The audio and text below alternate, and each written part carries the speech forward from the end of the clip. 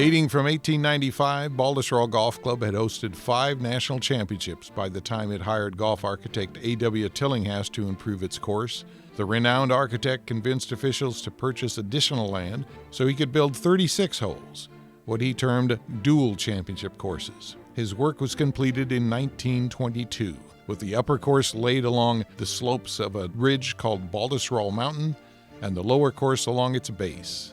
Both are today championship courses, and both have been ranked on Golf Digest's list of America's 100 greatest golf courses since 2013. The 1936 U.S. Open was contested on the upper, but after the Second World War, when professional golf grew in popularity, tournaments moved mostly to the lower course, where there was more room for gallery flow. The lower has been the venue for 6 U.S. Opens and 2 PGA Championships since 1954. Following a reconstruction in 2020 of the entire 18 by golf architect Gil Hance and his crew, the lower is slated to host the 2023 KPMG Women's PGA Championship and the 2029 PGA Championship. With the express intent of restoring Tillinghast's original features, Hance not only reclaimed the size, shape, and contours of the greens and reestablished long-lost bunkers, but also upgraded the irrigation and infrastructure, making the lower course a fully up-to-date version of a 100-year-old design. This is every hole at the lower course at Baltusrol Golf Club. The opening hole is a short par 5 that traditionally plays as a long par 4 in championship events. The tee shot should favor the left portion of the fairway, avoiding the line of bunkers that march up the right-hand rough and the sliver of exposed stream that is otherwise piped under the fairway. Strategic options are posed on the second shot, a choice between challenging the diagonal cross bunkers short right of the green or playing to a bulge of fairway on the left, leaving a pitch shot third over a deep bunker. The drive on the uphill second is complicated by a huge cross bunker not visible from the tee. It's a feature Tillinghast used on nearly all of his designs. A drive of 270 yards will reach the bunker, and it takes a carry of nearly 300 yards to clear it. Some big hitters may take it on using driver, but this early in the round, the more likely play is a tee shot of 230 yards, leaving a pitch of less than 150 yards in. The green is a large rectangle that pitches from back to front and left to right. Bunkers surrounding it are shallow, but will play deeper when their fescue faces grow tall each summer. The longest par 4 on the course plays out a narrow chute of trees to a fairway that's flat for about 280 yards, then suddenly tumbles down and right to left to a crossing stream at the bottom of the hill. Most drives will disappear over the horizon, and with the prevailing breeze a crosswind, 3 is perhaps the toughest tee shot at Baltusrol. The perched green, surrounded by bunkers and bent grass runoffs, has 2 distinct halves. The right is fairly level, while the left slopes to the front left.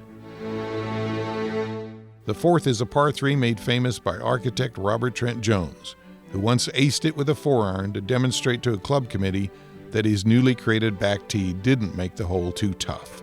Today's massive freeform tee starts in back as a runoff from the 3rd green and stretches right to a thumb along the edge of the pond.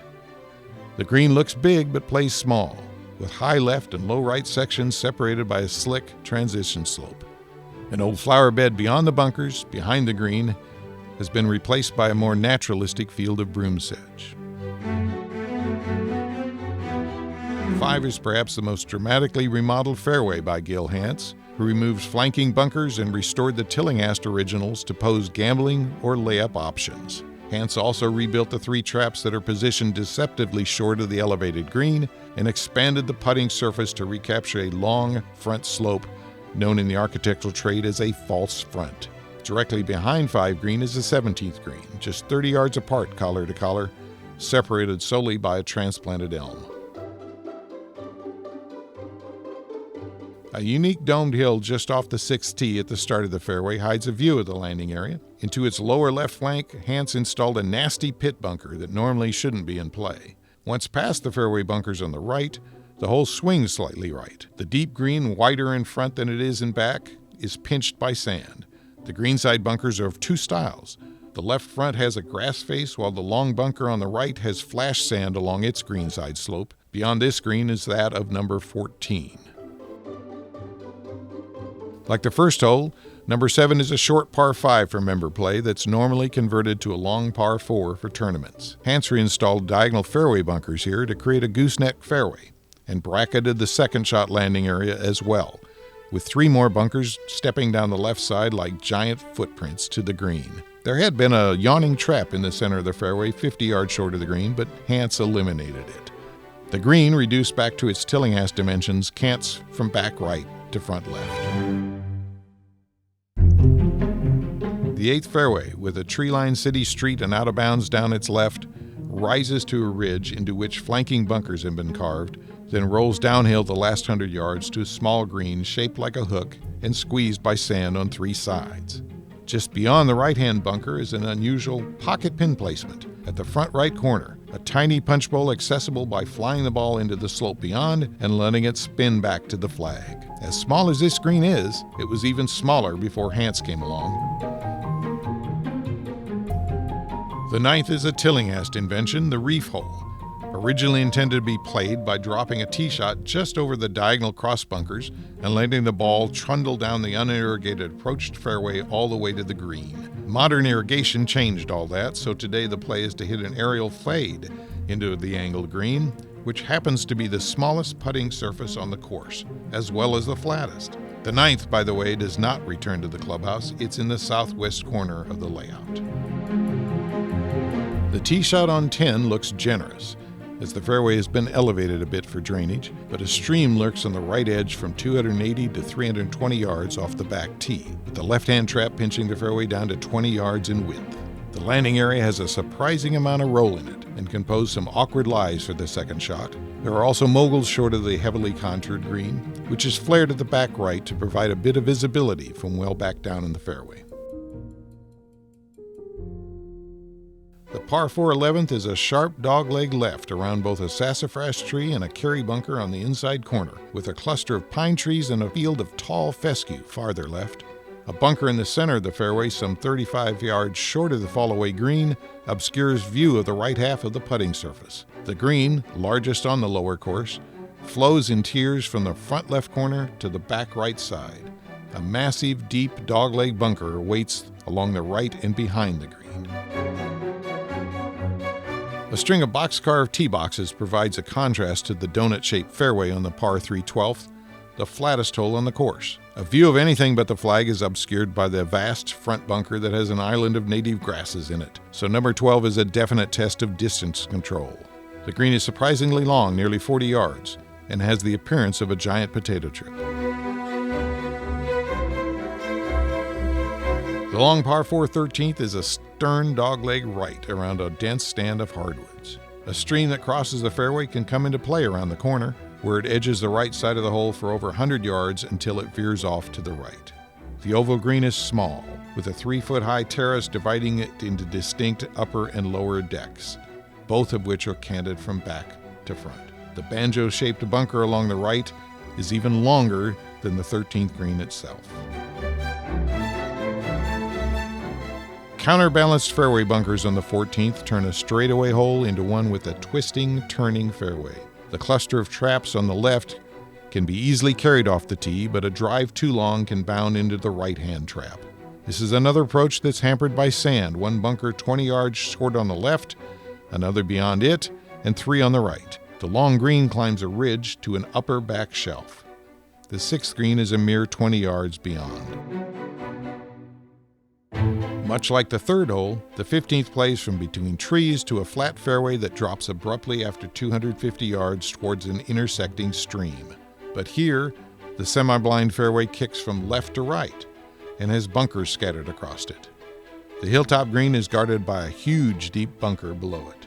The first third of the putting surface qualifies as a false front, where never a pin shall be placed. Shots hit into it could roll back off the green and even down the hill. The longest par 3 on Baltusrol's lower course is all downhill and all carry. The putting surface occupies the site of an earlier green that had been surrounded by a moat, which Tillinghast memorialized using a ring of sand bunkers. This is the most heavily contoured green on the course, with dips and swales separating bulges and plateaus. The most dominant swale traverses the green from back to front. The drive on 17 looks innocuous, but it is essential one not drive it into the rough, for that will bring Tillinghass's massive great hazard into play on the second shot. Known at Baltusrol as the Sahara, it's a bunker complex Hans pushed 75 yards farther off the tee and refashioned with a sinister legion of individual grassy church pews. Its location is directly in line with the pit Hans installed on the 6th hole next door, leaving the impression that both are part of a long, natural erosion. In front of the 17th green is another hazard nearly as great, a hillside of bunkers covering the last 80 yards, atop which is the tiniest of greens, just 34 yards, front to back.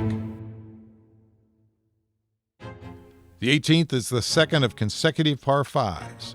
The only 2 par 5s encountered in championship play on Baltusrol Lower. There are no longer any fairway bunkers, but on the left is a long lagoon created by architect Rhys Jones in 2010. Hans elevated the fairway to be level with this pond, but it's still uphill to the green.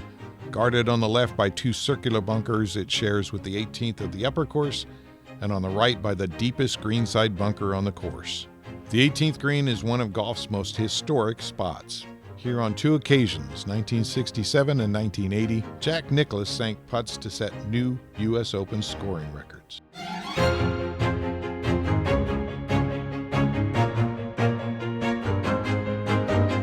For all the emphasis on the Lower's championship pedigree, which is well-deserved, Hans's restorative work may ultimately have a greater impact on the average Baltusrol member. By removing trees, widening fairways, and expanding greens, he has made the Lower a bit more forgiving and certainly more enjoyable for everyday play.